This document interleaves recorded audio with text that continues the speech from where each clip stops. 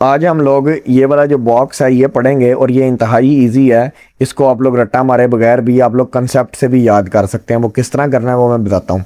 अब अगर मैं कहूँ absolute zero, melting ice, boiling water और रूम टेम्परेचर की वैल्यूज सेल्सियस में आप लोगों को वैसे ही पता होती हैं। एब्सोल्यूट जीरो की वैल्यू है -273 डिग्री सेल्सियस और इसकी 0 डिग्री सेल्सियस पे मेल्ट होती है आइस। वाटर बॉयल होता है 100 डिग्री सेल्सियस पे और रूम टेम्परेचर 20 से 25 के दरमियान होता है, लेकिन बुक ने 20 लिया तो हम लोग 20 डिग्री सेल्सियस ही ले लेंगे। अब अगर इन सारों की वैल्यूज़ फ़ारेनहाइट में याद करनी है तो ये जो चार फार्मूले लिखे हुए हैं इन चारों को अगर हम लोग मद्देनजर रखें तो इनमें कन्वर्जन कर सकते हैं हम लोग, यानी कि सेल्सियस से फ़ारेनहाइट में जाना है अब हम लोगों ने। अब ये क्या है -273 है ना हमारे पास। तो इसको अब हम लोग क्या करेंगे, ये वाला फार्मूला लगेगा, सेल्सियस से फ़ारेनहाइट में जा रहे हैं तो हम लोग क्या करेंगे यहाँ पे अगर तो हम लोग कैलकुलेटर ओपन कर लिया है तो हम लोग इसके अंदर 9/5 9 डिवाइडेड बाय 5, इसका आंसर आ गया 1.8। 1.8 के साथ ये डिग्री सेल्सियस लिखा हुआ है, ठीक है। डिग्री सेल्सियस क्या है हमारे पास -273। अब इसी चीज़ को हम लोगों ने मल्टीप्लाई कर देना है -273 के साथ, ठीक है। तो पहले 273 के साथ सीधा सीधा मल्टीप्लाई कर देता हूँ, ये आंसर आया 491.4, ठीक है। इसके साथ ही मैं क्या करूँगा, माइनस लगा दूंगा, यानी कि वो माइनस भी थी ना, माइनस ये वाली वो ख़त्म तो नहीं ना करनी, तो ये क्या बन गया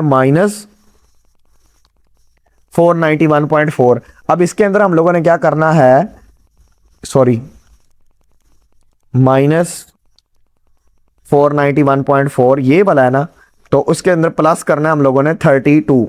तो जब हम +32 यानी कि 491 वो वाला बड़ा था तो इसलिए क्या बन गया 459, तो -459 इसकी वैल्यू आ गई। 0.4 राउंड ऑफ करके 459 ही बन जाएगी, तो -459 आ गई वैल्यू हमारे पास फ़ारेनहाइट की। याद किए बगैर ही आप लोग कन्वर्जन कर लें।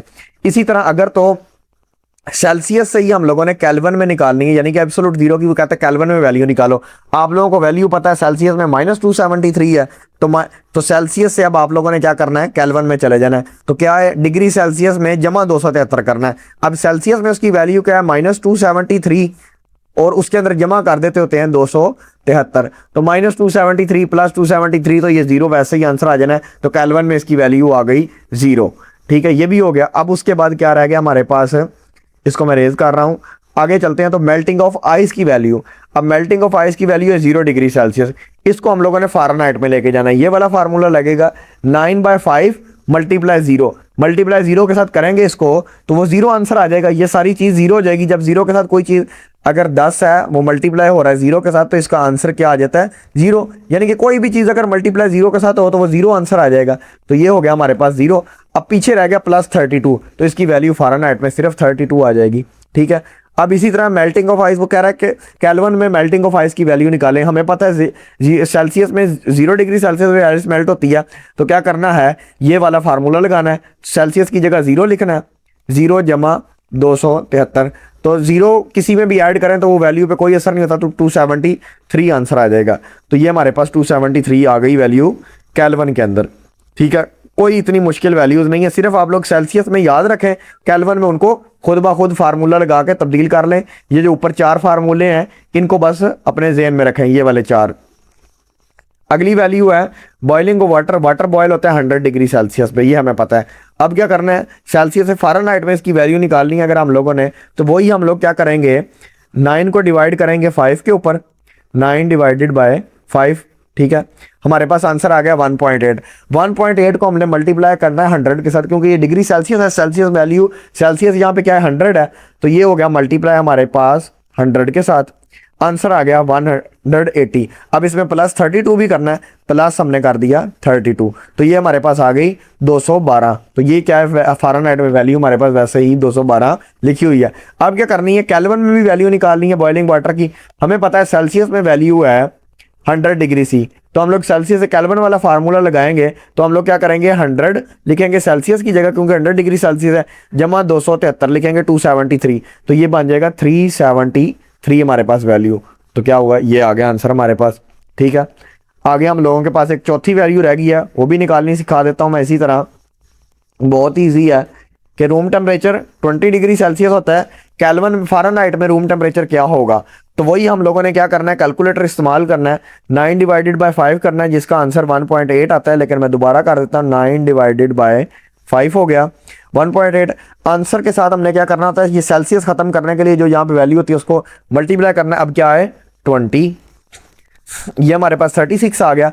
अब आगे क्या करना है, प्लस 32 भी करना है। प्लस 32 कर दिया तो 68 हमारे पास क्या आ गई, वैल्यू आ गई फ़ारेनहाइट में। ठीक हो गया। अब यही हमने केल्विन में, वो कहता है रूम टेम्परेचर क्या होगा, तो ये वाला फार्मूला लगाना है।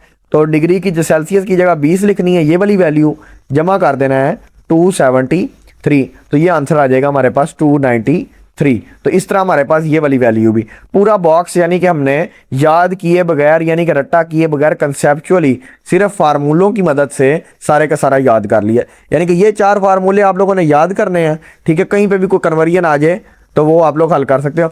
अब इसी तरह वो कह सकता है एमसीक्यूज में कि मेल्टिंग ऑफ आइस की वैल्यू है हमारे पास -459 फ़ारेनहाइट।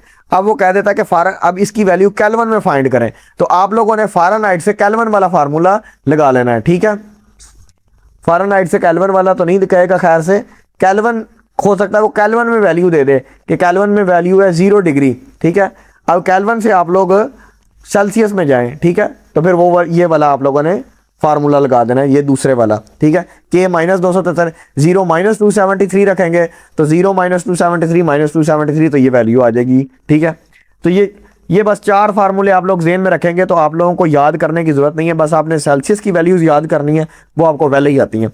अब हम आगे नीचे एक एग्जाम्पल्स हैं वो भी देख लेते हैं। The boiling point of water is 100 degree Celsius, convert this temperature into kelvin scale. तो वही, यानी कि सेल्सियस से वो कह रहा है अब केल्विन में करें। ठीक है, सेल्सियस टू केल्विन ये पहले भी की थी हमने, ये वाली। ठीक है, बॉइलिंग ऑफ वाटर वाली, वही हम लोगों ने फार्मूला लगाना है। डिग्री सेल्सियस प्लस 273, तो 100 वैल्यू है हमारे पास वाटर सेल्सियस की, 100 प्लस 273 373 केल्विन, ये हमारे पास वैल्यू आ गई। ठीक है, अब अगला है दूसरा, the freezing point of ethyl alcohol is -117 degree Celsius, convert this temperature to Fahrenheit scale. इसी टेम्परेचर को वो कह रहा है फ़ारेनहाइट स्केल में कन्वर्ट करें, यानी कि सेल्सियस से फ़ारेनहाइट में कन्वर्जन।